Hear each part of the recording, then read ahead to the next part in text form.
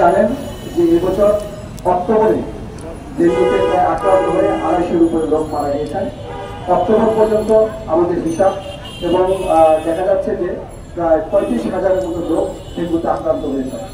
তাই বাংলাদেশ জাতীয়তাবাদী দল বরাবরের মতোই ভারপ্রাপ্ত চেয়ারম্যান জনাব তারেক রহমানের নির্দেশনায় ডেঙ্গু প্রতিরোধে এবং সচেতনতামূলক কার্যক্রমে অংশগ্রহণ করার জন্য এদেশের মানুষকে আহ্বান জানিয়েছেন এবং বাংলাদেশ জাতীয়তাবাদী দলের প্রতিটি নেতাকর্মীকে আহ্বান জানিয়েছেন তারা যেন এই কার্যক্রমে অংশগ্রহণ করেন। তার এই ধারাবাহিকতায় বাংলাদেশ জাতীয়তাবাদী দলের পক্ষ থেকে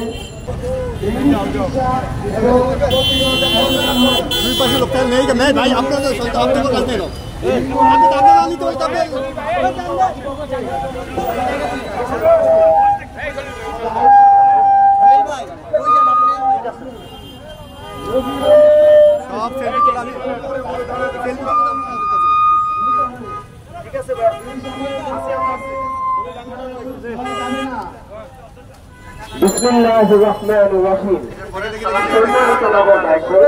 আসসালামু আলাইকুম।